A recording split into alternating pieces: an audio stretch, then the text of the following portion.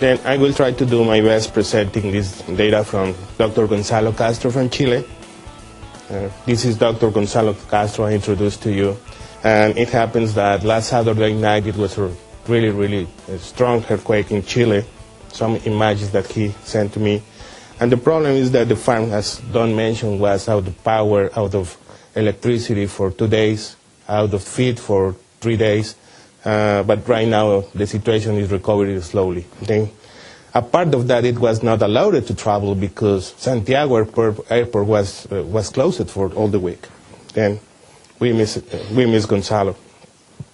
This is Gonzalo Castro. He's really popular guy. He's really knowledge guy in South America and also here in U.S. He's one guy that a lot of people respect in South America.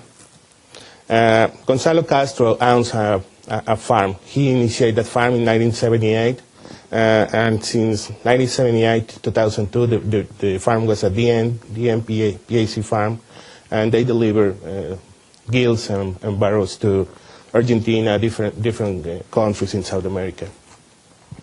In 2003, 2007, by initiating in 2003, they did a re-engineering of the farm, and right now the farm is 1,500 sows, mycoplasma and PCV2 positive farm. The rest of the disease are negative.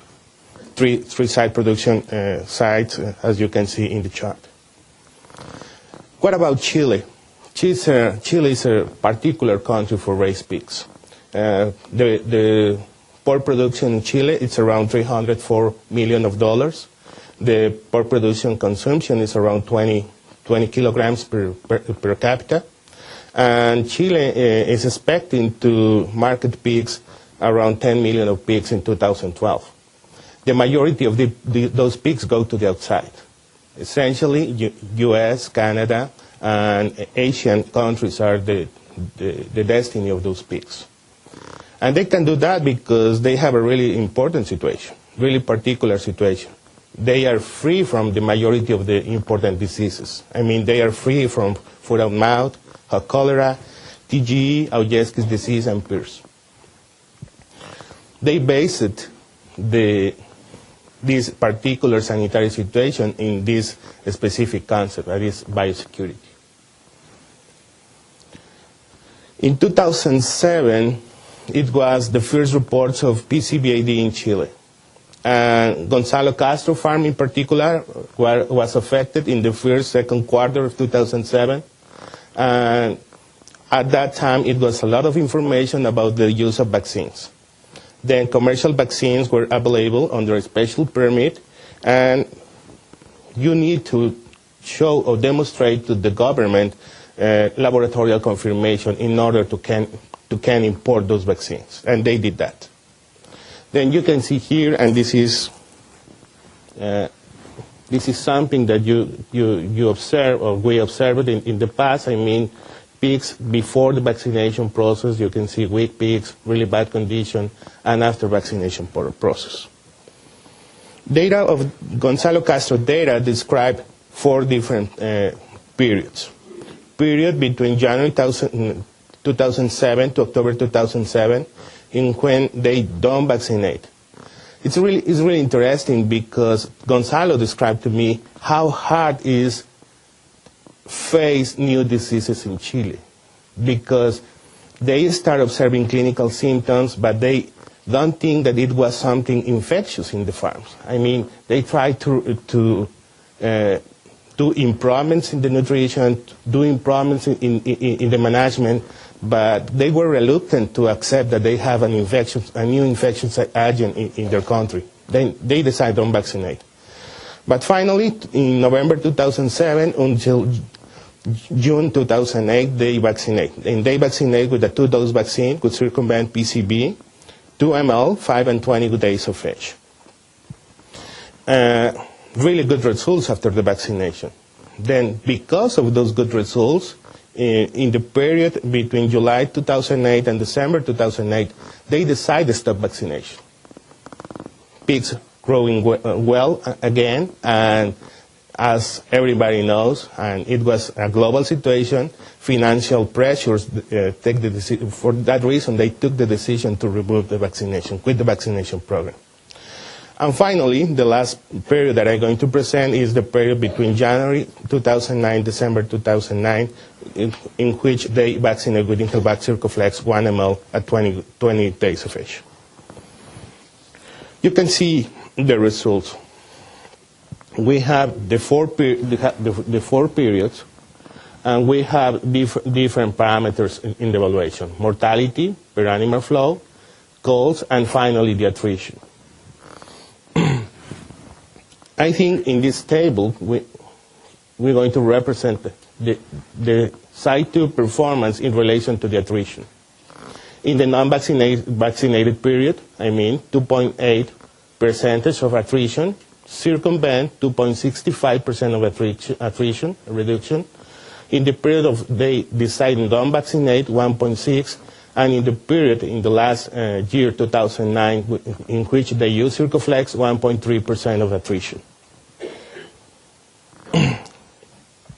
What about the Site 3 productive parameters? And in this case, we have the same periods, and we have two different parameters in the evaluation: average marketed peaks, or number of peaks, and calls. And you can see here the numbers: 2,000, 2,700, 2,800, 2,900, 3,000 peaks, with the same number of sows in the herd. And the calls, 1.6, 1.5, 2.9, and 0.8. I think it's easy to observe these changes in this graphic, and you can observe how they have a significant improvement in the number of pigs marketed in the last period when they use Circoflex. Also, was important the significant reduction that they got in the number of cull pigs. As Gonzalo says, more culls represent more work, less money. Finally, I have a table presenting the information about mortality. Different years, 2006, 2007, 2008, and 2009, and different quarters of the year, the 4 quarters of the year. I think it's easy to observe the changes in the mortality in this graph. Then you can see here the mortality changes when they don't use the mortality parameters when they don't use vaccine. An important reduction when they use circumvent. Again, an increase in the mortality when they quit the vaccination program. And a reduction, significant reduction of the mortality, again, when they come back to the vaccination program with Circoflex. If you see, the mortality is around 4.2%. But the reason of the mortality is not PCVAD. They don't see PCVAD anymore. And right now, they have a new problem. You can see here the mortality trends. And you can see that the red line is culls, a peak of culls when they don't vaccinate, another peak of culls when they decide to quit vaccination, and right now the culls is almost nothing. But the important point here is intestinal torsion. Intestinal torsion is something that they are observing in the last years, and they can't control that. They don't understand really the program, and it's affecting the herds, not just Gonzalo Castro herd, but also another herds in Chile and Argentina. This is the vision that they have. And it was a really particular situation this morning because I was in my bed, 4 o'clock in the morning, and my cell phone rang. And I think maybe it's my wife looking for me because she knows that I'm in Omaha. And it was Gonzalo. And Gonzalo says, "Do you know what? I'm in the farm, and I have good news for you." He says, in the last months, we have in the farm around 6 pigs died for a population of 2,000 pigs every day because intestinal torsion. Right now, maybe because the pigs are receiving less feed, I have just 1 pig dying in this week.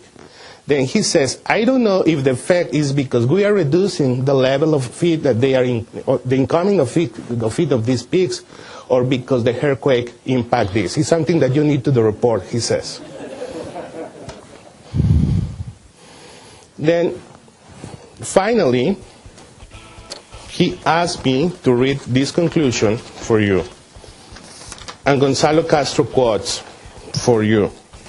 I would like to add that perhaps the system that have stopped PCV2 vaccinations since the onset of PCVAD outbreaks are very few or none now in my farm. It's my sincere wish that our experience may be useful for those systems in which either PCV2 vaccination is taking place with off-label recommendation or there are administration issues that need to be addressed. My understanding and my experience says that one dose around weaning, according with manufacturing indications, allowed us to control PCVAD in an effective way and convenient way.